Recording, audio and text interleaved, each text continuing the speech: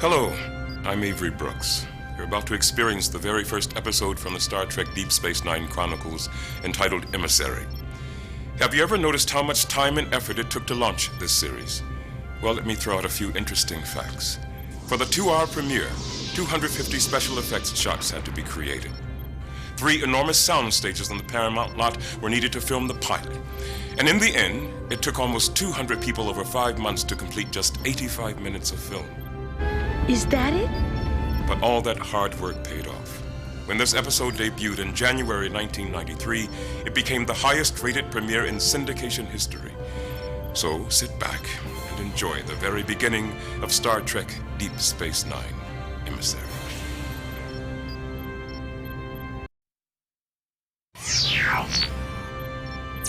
Do you like aliens? Well, here's a tale about one of the most extraordinary creatures ever to come to Deep Space Nine via the wormhole. Now, the alien in question was described in the script as reptilian, so Star Trek's Emmy Award-winning makeup designer Michael Westmore needed to come up with a unique look. So where did he turn to for inspiration? Well, luckily, he happened upon a copy of Smithsonian magazine. From just looking at the front cover, he literally found the new alien's skin texture, coloring, and design. The picture was that of a menacing-looking alligator. Rolling! And here's an interesting side note. After enduring long hours in the makeup chair to play this creature, actor Scott MacDonald was promised a less demanding role in the future. Well, he did get hired again, twice, in fact. Unfortunately, he was asked to play a Romulan and a Jem'Hadar, 2 aliens requiring plenty of makeup. I'm Alexander Siddig from the Deep Space Nine Chronicles. Watch Captive Pursuit.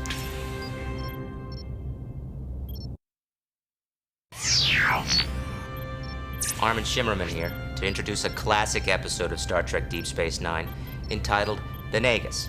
And in one portion of this show, the producers thought it would be fun to reenact The Godfather, Ferengi style. If you take a close look, you'll notice they mimic the same opening scene from the motion picture in many ways. For instance, Brando has a pet cat. Quark also has a pet alien. At one point, Brando scratches his ear, Quark scratches his very large ear. They even match the same mood lighting, complete with a special Venetian blind effect made famous in the film. It all stems from a storyline that involves Quark becoming the next Grand Nagus, which, in Ferengi terms, is the Syndicate Kingpin. Grand Nagus Quark. I love the sound of that. So, sit back and enjoy one of the most amusing episodes in the Deep Space Nine Chronicles, The Nagus.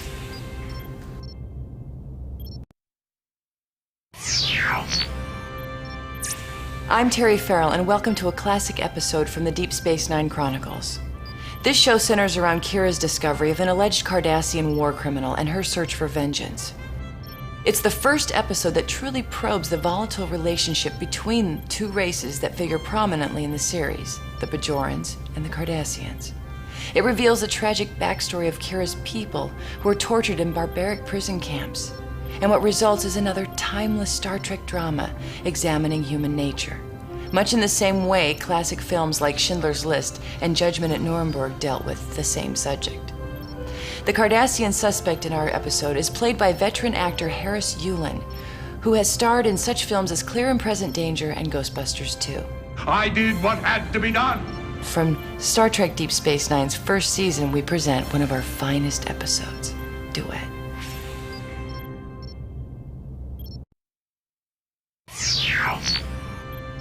Welcome, I'm Armin Shimmerman. You're about to see an episode from the Deep Space Nine Chronicles called In the Hands of the Prophets. It's a story that features Academy Award-winning actress Louise Fletcher as spiritual leader Vedic Wynn, whose influence could destroy the tenuous alliance between the Federation and the Bajoran people. You and your Federation exist in a universe of darkness. Since we're on the topic of Bajorans, they're the ones with those cute washboard noses, I'm reminded of an incident that happened a few years ago. One day while filming, Nana Visitor, who plays Major Kira Nerys, accidentally fell down some stairs off stage and injured her ankle. She was rushed to a hospital where the doctor stared at her in a state of shock. He thought her apparent injury was going to make medical history. He was not staring at her ankle, though, but at her nose. To his dismay, Nana had to tell him she was still in makeup. Now, we hope you enjoy the dramatic finale of our first season of Star Trek Deep Space Nine, entitled In the Hands of the Prophets.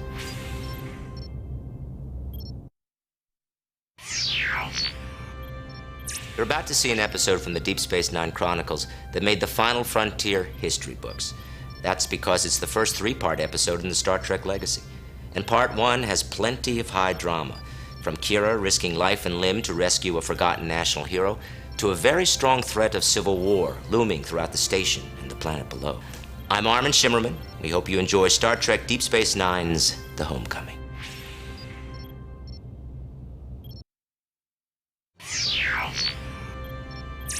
Welcome to part 2 in the first ever 3-part installment of Star Trek Deep Space Nine. If you thought the French Revolution was a big deal, wait until you see what's about to unfold in outer space.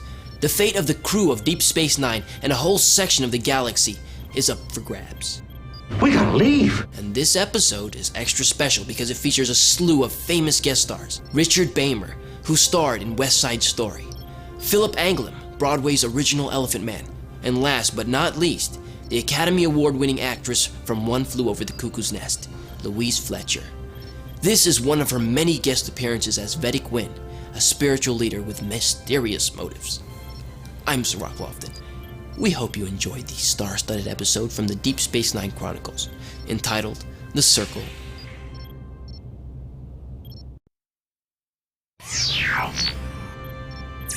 Hello, I'm Armin Shimmerman. Many is the time when the Deep Space Nine writers will struggle to cram a great big story into one small hour. When that happens, the producers have often opted to create a 2-part episode. So, what you're about to see is extremely rare. Part 3 of the first ever DS9 trilogy. If you haven't seen the first 2 parts, I'll do my best to get you up to speed. Revolution is imminent. The station is being evacuated. Cisco and company are about to make one last heroic stand against the enemy when all of a sudden... Well, I'm not going to spoil it for you. What I can tell you is that this episode features several special guest stars, including Stephen Mott, who was once a prime consideration for the roles of both Captain Picard and Commander Riker on The Next Generation, and Steven Weber from the hit comedy series Wings, who happens to be a big Star Trek fan. Get their weapons. Now, from the Deep Space Nine Chronicles comes The Siege.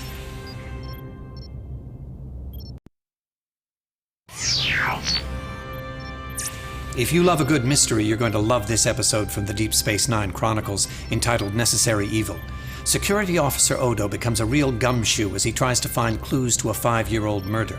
But what's real interesting is that the tone of the entire show resembles an old-fashioned detective story, with Odo narrating his investigation like Sam Spade, people double-crossing each other, and the inclusion of the always popular femme fatale. In addition, this episode is notable for using several flashbacks which enable us to see the very first meetings between Kira, Odo, and Quark. And there's one amusing inside joke the producers added. When Odo investigates a suspect named Chesso, he refers to a small computer pad featuring the man's face. The real person in the photo is Dan Curry, who just happens to be Star Trek's longtime special effects producer. I'm Rene Aubergenois. We hope you enjoy Necessary Evil.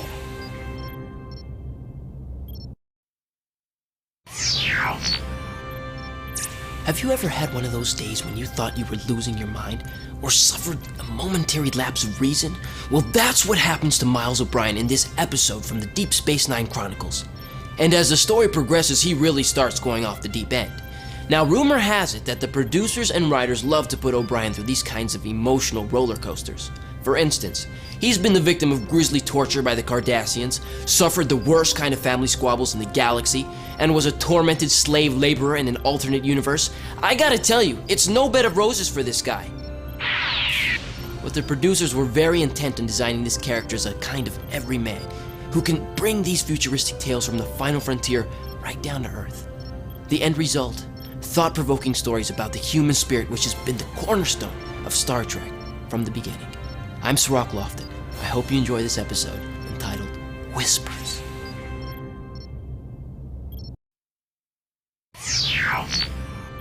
Klingons, formidable, unstoppable, and the most popular race of villains Star Trek has ever created. They are the prime subject of this episode from the Deep Space Nine Chronicles, entitled Blood Oath. What makes this show extra special is the return of 3 guest stars who played Klingons in the original Star Trek series. John Colicos, William Campbell, and Michael Ansara reprise their roles in a saga that brings them to Deep Space Nine. Dax talks them into taking her with them on a quest for revenge. But don't think it was easy for them to step back into uniform after all those decades. The actors were subject to long hours, more elaborate makeup designs than their previous Klingon roles demanded, and some strenuous battle scenes. After filming this episode, William Campbell admitted that it was the toughest job he had ever undertaken, and one of the toughest jobs he would ever beg to do again. I'm Terry Farrell. It's my pleasure to present Blood Oath.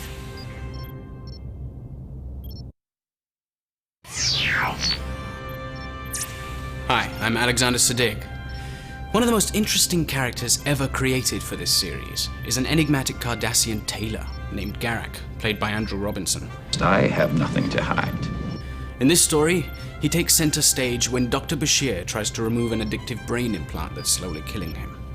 It's interesting to note that in the 5th season of Deep Space Nine, Andrew Robinson joined the list of actors who have gone behind the camera to direct a Star Trek episode.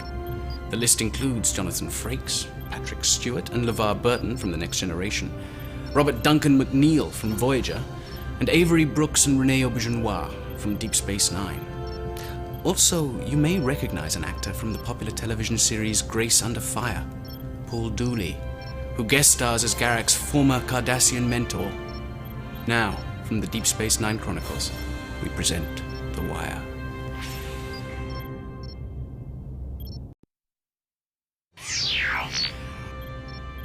Welcome to the Deep Space Nine Chronicles. I'm Alexander Siddig. When you watch this next episode, you might think you're seeing double. Don't worry. It's because the crew is thrown into an alternate universe where they meet their strange alter egos. This also happens to be one of the most challenging productions ever shot on the Deep Space Nine series because the promenade and station sets had to be changed dramatically. Big spotlights and fences were included to create the look of a prison yard. Special smoke machines were brought in, steam blew up from the floor vents, the whole place looked like a futuristic Hades. But as you'll see, it all paid off to great effect in this episode, called Crossover.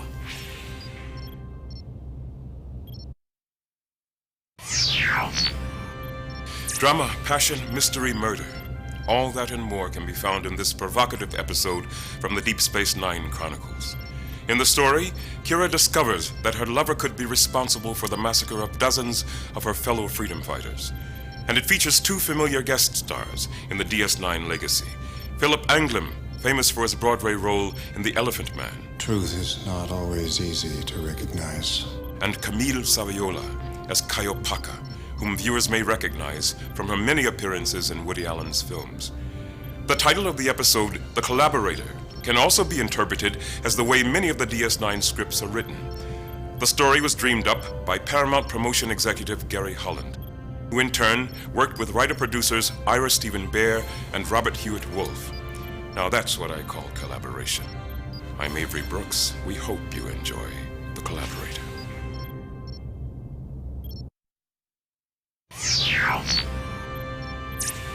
Hello, I'm Avery Brooks. In this episode, Miles O'Brien's plans for a vacation getaway are spoiled when he's taken prisoner by the evil Cardassians. As a result, his brief escape through the wormhole becomes the vacation from hell. I'm not going anywhere with you.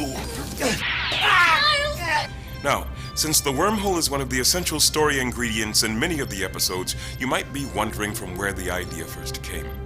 Albert Einstein, to be exact. He coined the phrase to describe a theoretical offshoot of his theory of relativity. Dr. Stephen J. Hawking also speculated that wormholes and quantum fluctuations could link together multiple universes. Wormholes have been used before in Star Trek lore.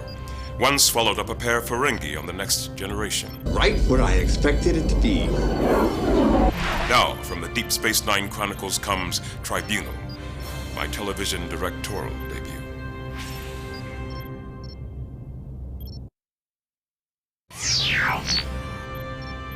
I'm sure you've heard of the word insectomorphic, right? Well, in Star Trek terms, it means a spaceship designed with insect-like features. And in this episode from the Deep Space Nine Chronicles, you'll see what I mean. They're not answering. Shields up, go to yellow alert. New vessels were specially designed for a group of nasty aliens called the Jem'Hadar. Oh, and when you see these guys, you'll think they're rhinomorphic, because some people think they look like two-legged rhinos. This episode was the dramatic season finale from our second year, with the threat of a new alien power ready to wipe out the crew. And you'll see the crew hiking and camping in a breathtaking forest. supposedly a new planet discovered on the other side of the wormhole. They actually trekked out the Descanso Gardens near Los Angeles, California. I'm Cirroc Lofton.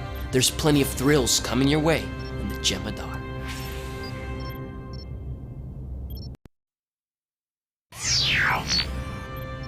Hi, I'm Terry Farrell, and you're about to see an episode from the Deep Space Nine Chronicles that took the series to a bold new level at the start of its third season.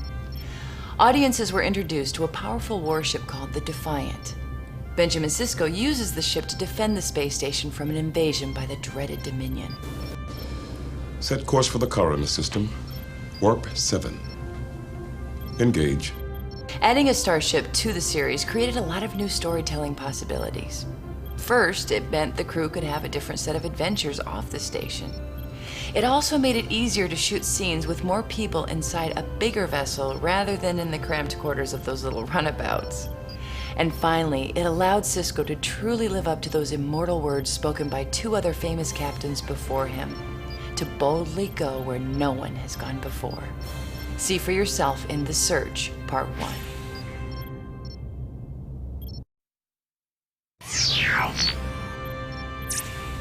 Odo is definitely one of the most unusual characters ever created in the Star Trek legacy. He can change into any shape he wants to, from a chair to a spinning top to an ugly rat. And in this episode from the Deep Space Nine Chronicles, he's about to discover his mysterious shape-shifting roots. But what you may not know is that creating these fluid movements takes the efforts of a very specialized effects team working with state-of-the-art equipment and the latest computer technology. And the whole process can change dramatically every time they do a different morphing effect. The actor must be shot against a blue screen, carefully performing the movements of the morphing effect. A visual effects company constructs a 3D image of the footage and composites the various elements. Then, well, believe me, it's a lot of work, so don't ever take those blobby images for granted. I'm Rene Aubergenois. I hope you enjoy Part 2 of The Search.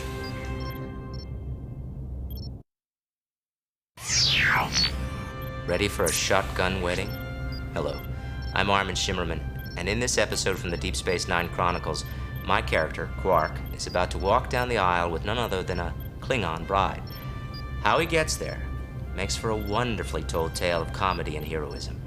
In addition, this is another show that features the popular Ferengi rules of acquisition, which in Earth terms translates to something like how to succeed in business without really lying and cheating. For instance, rule number 1 states, "Once you have their money, you never give it back." As the series progressed, these rules became very popular with Star Trek fans. As proof, a best-selling Rules of Acquisition book can now be found throughout the country, featuring Quark and written by DS9's executive producer, Ira Stephen Bear. I guarantee you'll like the House of Quark. It's one of our finest.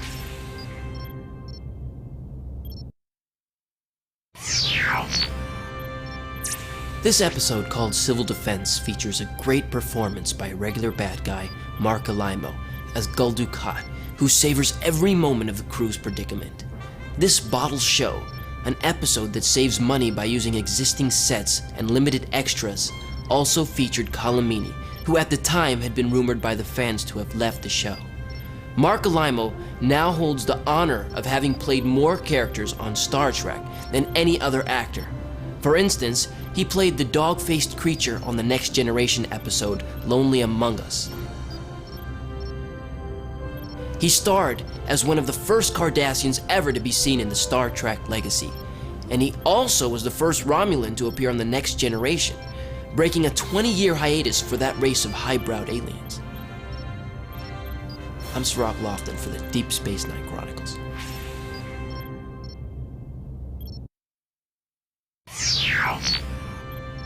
Sometimes the things we imagine are more real than we think. When the writers on Star Trek Deep Space Nine decided to confront a political issue head-on, they sunk their teeth into a real-life controversy that was just beginning to heat up. This episode, Past Tense Part 1, throws my character of Dax, as well as Sisko and Bashir, into Earth's past. The not-so-distant future for you viewers.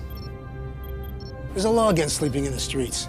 In this time period, the homeless situation is dealt with by confining those people in fenced-off sections of San Francisco, known as sanctuaries. You think there's a way out of here? If there is, we'll find it. While the episode was being shot, an article appeared in the Los Angeles Times proposing that a large industrial area downtown be closed off and used for the same purpose. Real life can mirror fiction more than we like. I'm Terry Farrell for the Deep Space Nine Chronicles.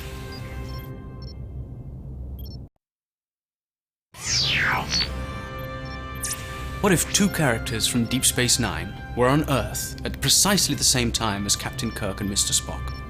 Well, it happened.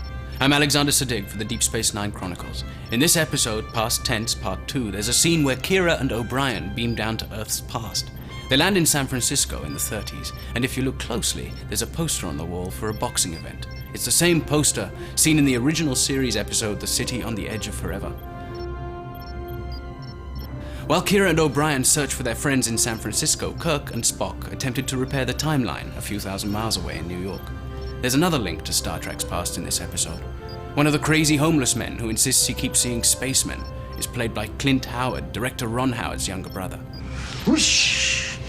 We first saw Clint in the Corbomite maneuver, playing a childlike alien. Some more fascinating trivia from the Deep Space Nine Chronicles.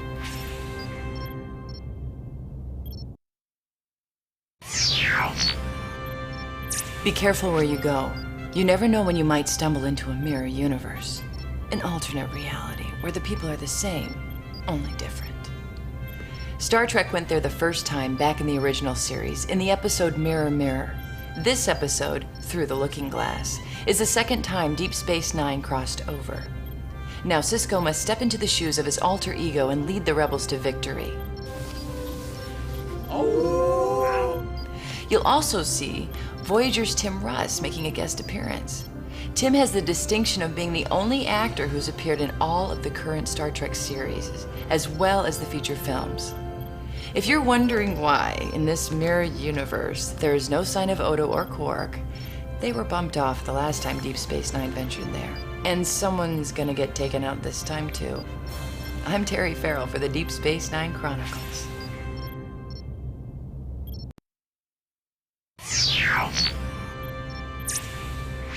This episode called Improbable Cause is a classic fish story, one that keeps getting bigger and bigger and bigger. You ask, how could a tale about terrorism, espionage, and deceit be compared to a fish story? Easy. It started as a simple premise about what would happen if Garrick covertly blew up his own shop. But as the story grew, it got too big for its own britches, and the very last scene, a thundercloud of tension and intrigue, was impossible to end. Join me. With the great, if still unresolved episode weeks away from shooting, time was running out. The episode with no ending had to be shot or scrapped. Then the answer came, to be continued. And so it came to pass that this story had bought another week. I'm Avery Brooks, and I had the privilege of directing this episode from the Deep Space Nine Chronicles, Improbable Cause.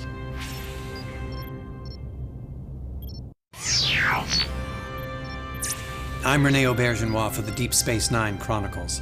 What you're about to see is The Die is Cast, one of Deep Space Nine's most exciting episodes, with some of the greatest battle scenes ever filmed. One effect, the Defiant slamming through Jem'Hadar ship debris, took 4 days to shoot. The Die is Cast is the second part of a double-header that was intended to end with the first episode. Fortunately for us, the writers couldn't end it, and a part 2 became necessary. The script called for Garrick, the subversive Cardassian, to torture Odo by locking him in one shape. The makeup department had to show Odo drying up. To do this, they put adhesives all over his face, so as he talked, it would appear as if his skin was flaking off. Definitely one of our creepier effects. We hope you enjoy The Die is Cast.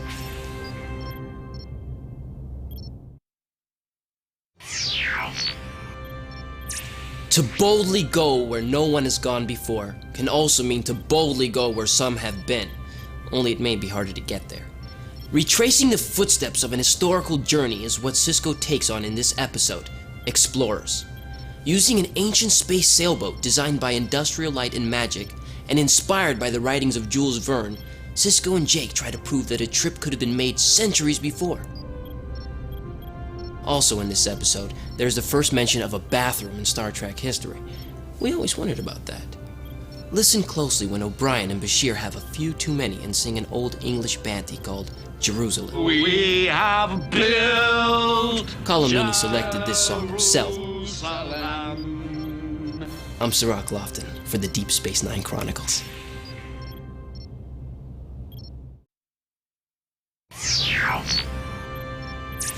The episode you're about to see stands out for several reasons. First, it was the climactic season ender for Year 3. Designed as a cliffhanger, it was filled with action, intrigue, and enough special effects to thrill the 12-year-old kid in all of us.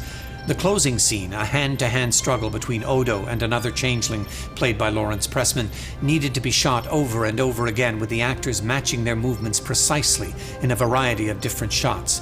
The surprise ending changed the course of Deep Space Nine's future in ways that are still being realized. Not to mention the introduction of the Zenkethi, a hostile race who joined the Tholians and Breen as the aliens you never see. This also was the only show that was unnamed right down to the very end, when a contest was held, and the Adversary was finally selected. I'm Rene Aubergenois for the Deep Space Nine Chronicles.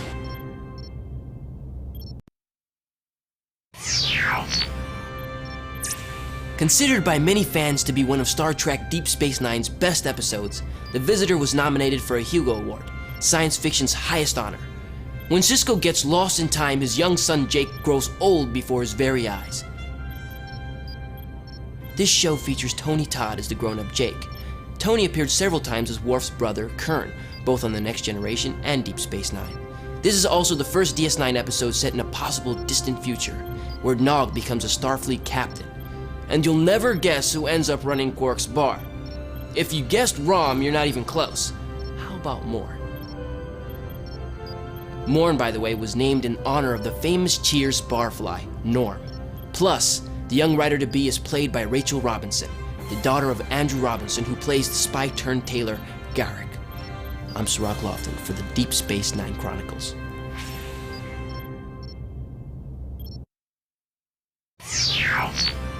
Hello, I'm Terry Farrell for the Deep Space Nine Chronicles.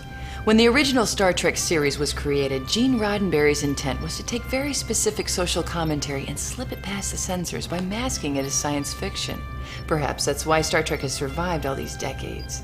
In the tradition of television's first interracial kiss between Captain Kirk and Lieutenant Uhura, this episode called Rejoined features a same-sex kiss between two characters very much in love. You know that woman? I know her. She used to be my wife. Sexual orientation issues had never been explored this frankly on a Star Trek series. Some stations actually wanted to cut out the scene when the episode was originally broadcast, while others put up parental advisory warnings. But if Star Trek didn't challenge the frontiers of human acceptance, what show would? Rejoined was sensitively directed by series star Avery Brooks.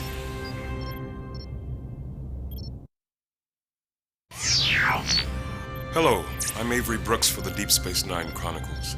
When the original Star Trek series was created, Gene Roddenberry's intent was to take very specific social commentary and slip it past the censors by masking it as science fiction. Perhaps that's why Star Trek has survived for all these decades. In the tradition of television's first interracial kiss between Captain Kirk and Lieutenant Uhura, this episode called Rejoined features a same-sex kiss between two characters very much in love. I love her, Benjamin. Sexual orientation issues had never been explored this frankly on a Star Trek series. Some stations actually wanted to cut out the scene when the episode was originally broadcast, while others put up parental advisory warnings. It is a story about love, a story about choice, of freedom, a classic Star Trek story. I was very proud to direct this episode, Rejoined.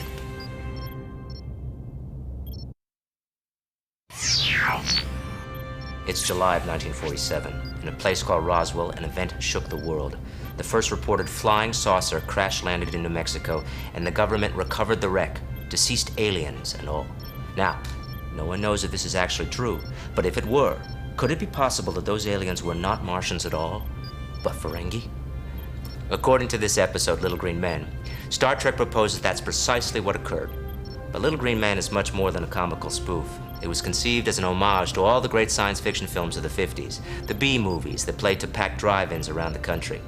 Watch this episode closely and you'll be aware of countless tributes paid to those movies. Even the character names were chosen to mirror many celebrated B-movie stars of the day. General Denning, I think you'd better come inside right away. So, put down your hula hoop, grab a box of popcorn, and take a trip back to the days of old sci-fi. I'm Armin Shimmerman for the Deep Space Nine Chronicles.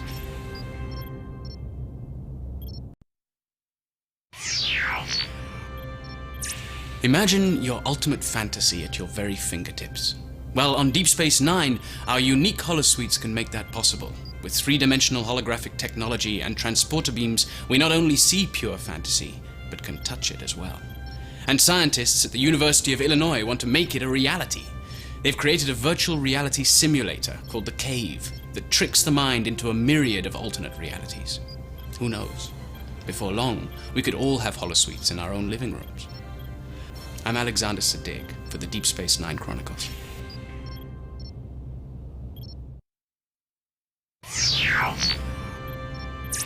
A society plagued by disease, incurable, fatal. A grim premise. This episode, called The Quickening, is precisely that. Now, what the producers sought to create was a decimated society unlike any ever seen before. But what they ultimately found, after an intensive location search, was a space-age testing facility called Rocketdyne in Los Angeles. Much of The Quickening was shot at the base of a rocket testing clamp, where the intense heat and flames of booster rockets burn out the concrete. The special effects department then optically matted in more extensive ruins to flesh out the scene. This episode also marked the return to Hollywood of a popular 60s and 70s film actor, Michael Sarrazin, star of They Shoot Horses, Don't They? The Quickening is directed by our own René Auberjonois. I hope you enjoy it. I'm Alexander Siddig for the Deep Space Nine Chronicles.